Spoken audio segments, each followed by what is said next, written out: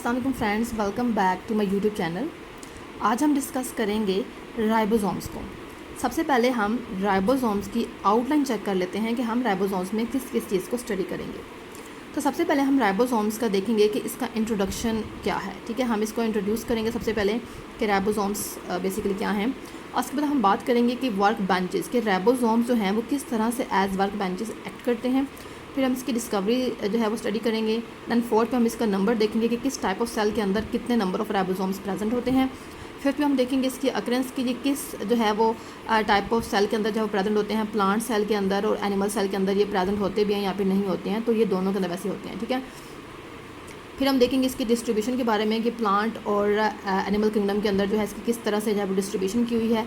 7 पे हम देखेंगे इसके स्ट्रक्चर के बारे में कि इसके जो है वो कितने जो है वो पार्ट्स हैं, बेसिकली इसके सब यूनिट्स को हम देखेंगे। फिर हम देखेंगे 8 पर कि राइबोसोम्स की कितनी टाइप्स हैं हमारे पास। ठीक है, 9 पे हम देखेंगे कि इसकी डोमेन्स कितनी हैं। बेसिकली जो डोमेन्स हैं ये एक इंपॉर्टेंट क्वेश्चन है। अक्सर राइबोसोम जो है वो इसी पर एक लॉन्ग क्वेश्चन जो है पूछा जाता है कि आप राइबोसोम्स की डोमेन को डिस्कस करें।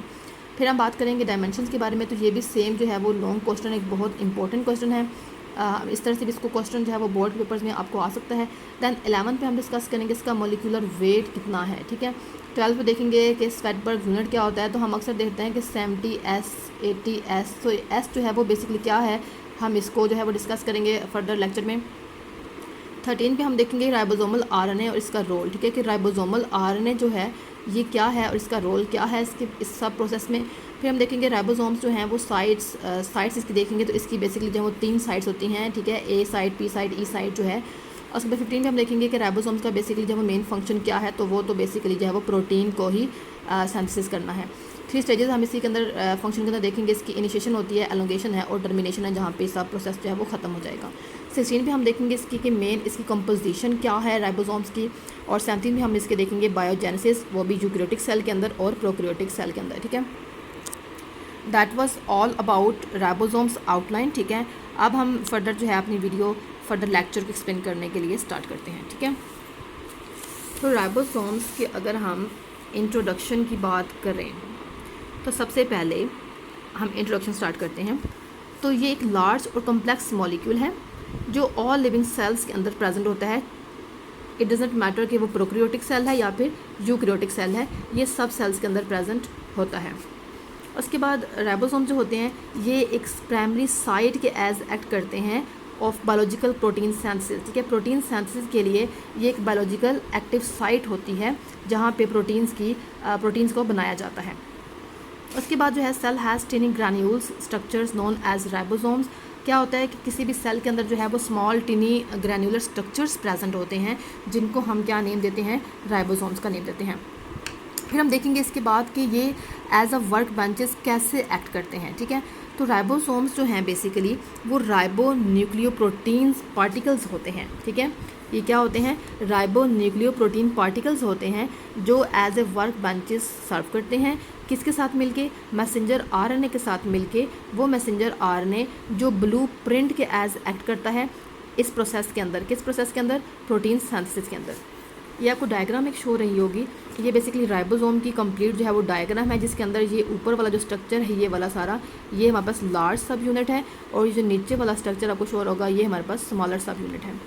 ये यहाँ पे जो है ये ट्यूबरेंसेस आपको नज़र आ रही होंगी, तो ये सेंट्रल प्रोट्यूबरेंस आपको ये वाली नज़र आ रही है। ठीक है, ओके जी। फिर हम बात करते हैं डिस्कवरी के बारे में कि राइबोसोम्स की डिस्कवरी किसने की थी, कैसे हुई थी। तो 1953 के अंदर एक रोमन का सेल बायोलॉजिस्ट था जॉर्ज इमेल पैलेट।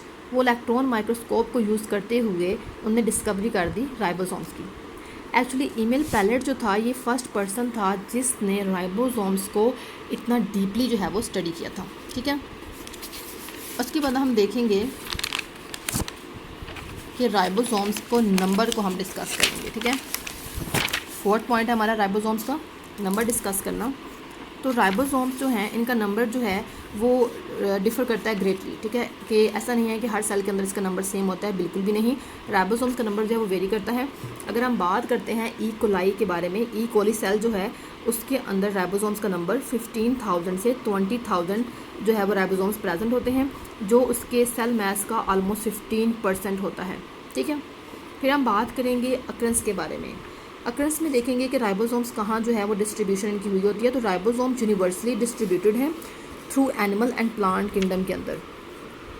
कैसे एनिमल प्लांट किंगडम के अंदर जो यूनिवर्सली डिस्ट्रीब्यूटेड हैं ये, तो एक मिनट एक सेकेंड, ये देखिए जी कि हमारे पास जो राइबोसोम्स होते हैं ये एनिमल और प्लांट किंगडम दोनों के अंदर प्रेजेंट होते हैं। ये मैटर नहीं करता कि ये प्रोकैरियोटिक सेल है या पे नहीं है, बल्कि ये हर जगह प्रेजेंट होता है।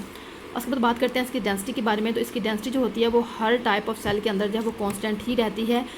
लेकिन हाँ, एक हो सकता है कि कुछ सेल्स जो होते हैं जिनके अंदर इसकी डेंसिटी जो है वो हायर होगी, कुछ में इसकी लो होगी।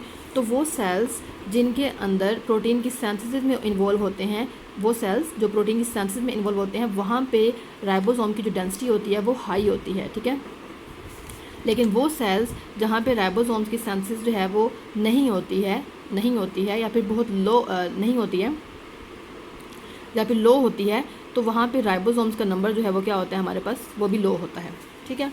उसके बाद हम देखेंगे इसकी डिस्ट्रीब्यूशन के बारे में कि राइबोसोम्स की डिस्ट्रीब्यूशन जो है वो यूकैरियोटिक सेल के अंदर राइबोसोम जो हैं वो या तो फ्रीली प्रेजेंट होते हैं साइटोप्लाज्म के अंदर, ठीक है, कि ये हमारे पास सेल है और ये साइटोप्लाज्म इसका, तो ये कहीं पे भी राइबोसोम ऐसे प्रेजेंट होंगे।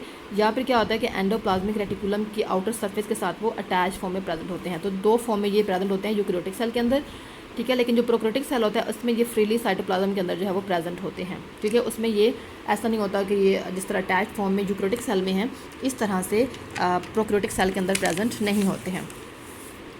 फिर हम बात करते हैं इसके स्ट्रक्चर के बारे में, जो कि हमारा 7th पॉइंट था आउटलाइन का।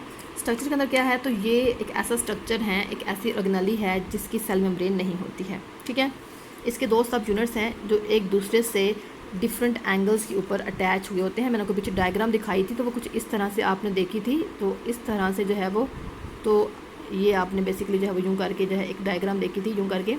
तो ये लार्जर सब यूनिट था, ये स्मॉलर सब यूनिट था, तो डिफरेंट एंगल के ऊपर अटैच हुए होते हैं। सब यूनिट्स जो है राइबोसोम्स के, ये इनकी सिंथेसिस कहाँ पे होती है, इनकी फॉर्मेशन अब जो है वो क्वेश्चन आता है कि वो कहाँ पर होती है। तो वो जो होती है न्यूक्लियोलस के अंदर होती है। न्यूक्लियस के अंदर प्रेजेंट न्यूक्लियोलस के अंदर राइबोसोम्स की सिंथेसिस होती है। ये एक और आपको डायग्राम शो हो रही है, लार्ज सब यूनिट ये बनाया हुआ है, ठीक है। ये क्योंकि इमेजिनरी डायग्राम्स हैं ताकि आपको समझ आ सके। तो लार्जेस्ट सब यूनिट जो होता है 50S होता है, यानी कि बड़ा होता है। स्मॉलर सब यूनिट जो होता है 30S होता है, यानी कि स्मॉलर होता है। अगर हम यहाँ बात करते हैं राइबोसोम्स की, तो प्रोकैरियोटिक राइबोसोम जो होते हैं बेसिकली वो 70S होते हैं, लेकिन यूकैरियोटिक राइबोसोम्स 80S होते हैं। ये बात आपने याद रखनी है, ये इंपॉर्टेंट एक MCQs भी आप समझ लें इसको, ठीक है। ये शॉर्ट क्वेश्चन भी है और ये बहुत इंपॉर्टेंट वाइवा क्वेश्चन भी आपको है, ठीक है। ये आपसे जो है वो बेसिकली वाइवा में भी पूछा जा सकता है। यहाँ देखें एक और डायग्राम आपको शो रही होगी 30S और 50S। ये आपके पास 50, 60, 70, 80 ये आपके पास यूकैरियोटिक ये आपके पास जो है, एक मिनट ये मैं आपको शो कर देती हूँ। ये प्रोकैरियोटिक मैंने बनाया है और ये मैंने आपको यूकैरियोटिक बना के दिया है। अब आप देख रहे होंगे कि प्रोकैरियोटिक के अंदर जो लार्जर है वो 50 है और स्मॉलर 30 है। अगर 50 + 30 को हम करते हैं 30, तो वो हमारे पास 80S बनता है। लेकिन मैंने तो कहा है कि हमारे पास प्रोकैरियोटिक 70S होते हैं। तो रिमेंबर कि जो 10S है वो बेसिकली एनर्जी जो है वो यूटिलाइज हो जाती है, इसलिए 70S रिमेन रह जाती है। सेम इसी तरह जो यूकैरियोटिक होता है वो 60 + 40 जो है हमारे पास 100 बन जाता है, इसमें 20S जो है वो यूज जाती है और पीछे हमारे पास 80S रिमेनिंग है, जो हमारे पास यूकैरियोटिक राइबोसोम्स रह जाते हैं, ठीक है। तो इस चीज़ में आपने कभी भी कंफ्यूज जो है बिल्कुल नहीं होना। ये एक सिंपल सी जो है पॉइंट है जो आपको मैंने बता दिया है, इसकी फर्दर कोई बहुत लंबी डिटेल नहीं है। ये जो राइबोसोम्स के सब यूनिट्स हैं ये वैसे सेपरेट ही होते हैं। ये ज्वाइन कब होते हैं, जब राइबोसोम अटैच होता है मैसेंजर RNA के साथ प्रोटीन की सिंथेसिस के प्रोसेस के ड्यूरिंग, तब ये दो सब यूनिट्स जो हैं आके एक दूसरे से अटैच हो जाते हैं। राइबोसोम जो हैं वो क्या करते हैं कि ट्रांसफ़र RNA मॉलिक्यूल की हेल्प लेकर प्रोटीन कोडिंग जीन्स जो कि मैसेंजर RNA के अंदर प्रेजेंट होते हैं उनको ट्रांसलेट करते हैं, ठीक है, ताकि प्रोटीन की सिंथेसिस की जा सके, ठीक है। अब हम बात करेंगे राइबोसोम्स की टाइप्स के बारे में, जो कि हमारे पास पॉइंट नंबर 8 था कि राइबोसोम्स की कितनी टाइप्स होती हैं। तो मैंने आपको आउटलाइन की ड्यूरिंग ही बताया था कि राइबोसोम्स की 2 टाइप्स होती हैं, जिसमें सबसे पहली जो होती है वो होती है matrix ribosome and the second one is plasma membrane ribosomes. अब इन 2 टाइप्स का क्या मकसद है भाई, क्यों ऐसे सेपरेट किया गया, तो मैं आपको बताती हूँ। एक छोटा सा पॉइंट है लेकिन बहुत इंटरेस्टिंग है। वो ये कि जो मैट्रिक राइबोसोम्स होते हैं वो ऐसे टाइप ऑफ राइबोसोम्स हैं जिन्होंने सिंथेसाइज तो दोनों ने प्रोटीन करनी है, दोनों का काम है प्रोटीन को बनाना। लेकिन होता क्या है कि मैट्रिक्स राइबोसोम वो प्रोटीन बनाते हैं जिसने सेल के अंदर ही रहना होता है। ये सेल है, उस सेल के अंदर ही रहना होता है। प्रोटीन है, लेकिन प्लाज्मा मेम्ब्रेन राइबोसोम्स ऐसे टाइप ऑफ राइबोसोम्स हैं जिन्होंने वो प्रोटीन बनानी है जिसने सेल के आउट ट्रांसपोर्ट करना है, ठीक है, सेल से बाहर जाना है। तो बस इसीलिए इसके 2 टाइप्स हैं। ओके जी, अब हम बात करते हैं डोमेन्स ऑफ राइबोसोम्स, जो कि पॉइंट नंबर 9 है आउटलाइन का। तो इसमें 2 इसकी डोमेन्स होती हैं, एक होती है translational domain and the second one is exit domain. Translational domain के बारे में अगर हम देखते हैं तो ये वो रीजन होता है राइबोसोम्स का जो कि रिस्पॉन्सिबल है for translation is called as translational domain. तो वो रीजन जो ट्रांसलेशन जो है ट्रांसलेशन के अंदर इन्वॉल्व होता है उसको बोलते हैं ट्रांसलेशनल डोमेन बोलते हैं। उसके बाद बहुत सब यूनिट्स जो हैं कंट्रीब्यूट टू द डोमेन, यानी कि दोनों लार्जेस्ट सब यूनिट एंड स्मॉलर सब यूनिट जो हैं इस डोमेन के अंदर जो है वो कंट्रीब्यूट करते हैं।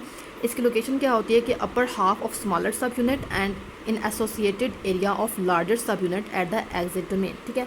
तो इसकी लोकेशन क्या होती है कि स्मॉलर सब यूनिट जो है उसका अपर हाफ जो है सब यूनिट स्मॉल का, और बाद जो है लार्जर सब यूनिट जो होती है उसका भी कुछ एरिया जो है इसके अंदर एसोसिएटेड होता है, जो हमारे पास ट्रांसलेशन डोमेन बनाता है। अच्छा जी, अब हम बात करेंगे यहाँ पे एक्सिट डोमेन के बारे में। तो growing peptide chain emerges from large subunit at the exit domain. This is located on the side of the subunits. ये subunits के sides पे लोकेटेड होती है। तो ये हमारे पास 2 इसकी डोमेन्स थी जो हमने पढ़ ली। अब हम देख लेते हैं इसकी डायमेंशन के बारे में कि इसकी डायमेंशन बेसिकली क्या है। तो ये बेसिकली आउटलाइन का पॉइंट नंबर 10 है। तो इसमें हम 70S की बात करेंगे, 70S राइबोसोम्स के बारे में। तो प्रोकैरियोटिक राइबोसोम्स जो हैं उनको हम सिंपली जो है वो 70S राइबोसोम्स भी कहते हैं, और इनकी डायमेंशन जो होती है वो about 14 to 15 nanometre to 20 nanometre होती है। अब बात करते हैं इसके मोलिकुलर वेट के बारे में कि राइबोसोम्स का जो है वो मोलिकुलर वेट क्या है। ये इसका हमारे पास आउटलाइन नंबर 11 है। अप्रोक्सीमेटली 2 to 7 मिलियन डाल्टन्स जो है मोलिकुलर वेट होता है राइबोसोम्स का, और ये कंस्ट्रक्टेड होते हैं 2 सब यूनिट से जो मैं आपको ऑलरेडी पहले ही बता चुकी हूँ। एक होता है 50S और एक होता है हमारे पास 30S सब यूनिट। अब आती है यहाँ पे एक इम्पोर्टेंट बात, वो है हमारे पास पॉइंट नंबर 12 आउटलाइन का, Svedberg unit. Svedberg unit basically क्या होता है, तो ये जो S आप देखते हैं इन यूनिट्स के अंदर, ये S, ठीक है, उसके बाद ये S, तो ये S क्या है, S in 70S and similar value stands for Svedberg unit. जितनी ज़्यादा जो है एक पार्टिकल का जब उसको सेंट्रीफ्यूग करेंगे तो जितना पार्टिकल जो है वो फास्टर होगा उतना ही ग्रेटर उसका स्वेटबर्ग यूनिट होता है, ठीक है। तो ये वो यूनिट होता है जिसको हम इसमें बेसिकली यूज़ करते हैं। देन हम बात करते हैं 70S के बारे में, हमने ऊपर बात किया। अब हम नीचे जो है इसकी जो है 30 और फिर 50 को डिस्कस करते हैं। सबसे पहले हम देख लेते हैं 30S सब यूनिट क्या है। तो ये स्मॉलर यूनिट है, ठीक है। इसका मोलिकुलर वेट अगर हम डाल्टन्स में देखें तो 0.9 क्रॉस 10⁻⁶ डाल्टन इसका मोलिकुलर वेट है। और ये जो है किस चीज़ से बना हुआ होता है, तो 16S राइबोसोमल RNA से ये बना हुआ है, ठीक है। कौन, 30S 2 चीज़ों से बना हुआ है, एक है 16S राइबोसोमल RNA और दूसरा भी मैं आपको दिखा देती हूँ, फिर आपको डायग्राम के अंदर शो करते हैं।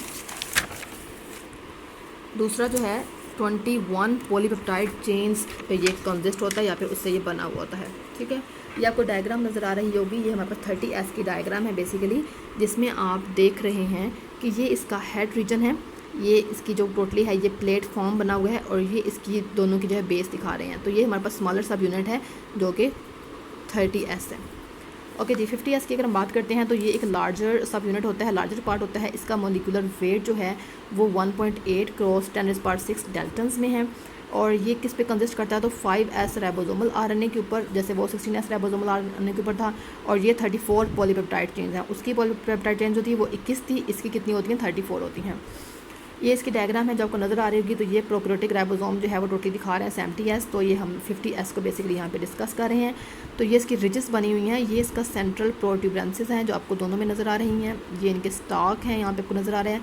ये भी एक रिज है जैसे वहाँ पे रिच हो रही है, और ये इसका फ्रंट एरिया है, ये लार्जर सब यूनिट है, और ये इसकी बैक साइड दिखा रहे हैं।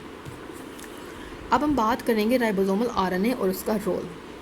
पॉइंट नंबर 13 हमने आउटलाइन के अंदर देखा था कि राइबोसोमल RNA क्या है, इसका रोल क्या है इस सारे प्रोसेस के अंदर। तो राइबोसोमल RNA जो है इसको ट्रांसक्राइब किया जाता है DNA के कुछ सर्टेन पॉइंट्स से, सर्टेन पोर्शन से सेम एनर्जी यूज़ करते हुए, requiring process used for synthesis of messenger RNA and transfer RNA, ठीक है। अब राइबोसोमल RNA को समझा जाता है कि इसके 2 बेसिक जो है वो रोल हैं, 2 रोल होते हैं इसके अंदर। अब वो रोल क्या हैं तो मैं आपको वो बताती हूँ। यहाँ पे देखें 16S राइबोसोमल RNA जो है, यानी कि 30S स्मॉलर सब यूनिट का जो 16S राइबोसोमल RNA था, वो क्या करता होता है कि वो प्रोटीन सिंथेसिस की इनिशिएशन करवाता है, ठीक है। और 3 प्राइम एंड जो है 16S राइबोसोमल आरएनए का complexes with an initiating signal site on messenger RNA and helps position the messenger RNA on ribosomes। अच्छा जी, एक काम क्या था इसका कि ये प्रोटीन सिंथेसिस की इनिशिएशन करवा रहा था। दूसरा क्या है कि राइबोसोम्स के ऊपर मैसेंजर आरएनए की जो पोजीशन है उसको क्या करता है, उसको सेटल डाउन करने में हेल्प करता है। सेकंड है 16S राइबोसोमल आरएनए जो है वो बाइंड करता है इनिशिएशन फैक्टर के साथ, ठीक है। 3 एंड इनिशिएशन फैक्टर 3 के साथ बाइंड करता है और 3 prime CCA end of amino acyl transfer RNA इनके साथ जो है वो बाइंड करता है, ठीक है। अच्छा जी, साइट्स ऑफ राइबोसोम्स की अगर हम बात करते हैं तो हमारे पास 3 साइट्स होती हैं राइबोसोम्स की। तो पहले जो होती है वो कहती है बाइंडिंग की होती है, ठीक है। और एक जो है वो डोनर साइट होती है, एक हमारे पास ए साइट होती है, यहाँ पे ई एक्सिट साइट बात की है। तो वो 3 साइट्स हैं हमारे पास। एक जो है हमारे पास एग्जिट साइट है, ये हमारे पास पी साइट होती है जिसको हम डोनर साइट बोलते हैं, और ये हमारे पास ए साइट होती है, ठीक है, जिसको हम एक्सेप्टर साइट कहते हैं। तो ये आपको डायग्राम एक शो रहेगी जिसमें आपको ये पूरी डायग्राम जो है वो नज़र आ रही है। उसके बाद अब बात आती है पॉइंट नंबर 15 के बारे में, फंक्शंस ऑफ राइबोसोम्स के ऊपर। फिर पॉइंट नंबर 15 है, क्योंकि वीडियो जो है वो बहुत ज़्यादा लेंथी हो रही है इसलिए हम वीडियो को जो है वो सेपरेट कर रहे हैं फंक्शंस ऑफ राइबोसोम्स, और फर्दर जो 2 पॉइंट्स हैं उनको हम डिस्कस करेंगे नेक्स्ट वीडियो में। वीडियो पार्ट 2 होगी इसकी, और तब तक के लिए दीजिए इजाज़त। अपना बहुत सारा ख्याल रखिए। अगर आपको वीडियो अच्छी लगे तो आप चैनल को लाइक कीजिए, सब्सक्राइब कीजिए, बेल आइकन को दबाना प्रेस करना मत भूलिएगा। मिलते हैं नेक्स्ट वीडियो में, तब तक के लिए अल्लाह हाफ़िज़।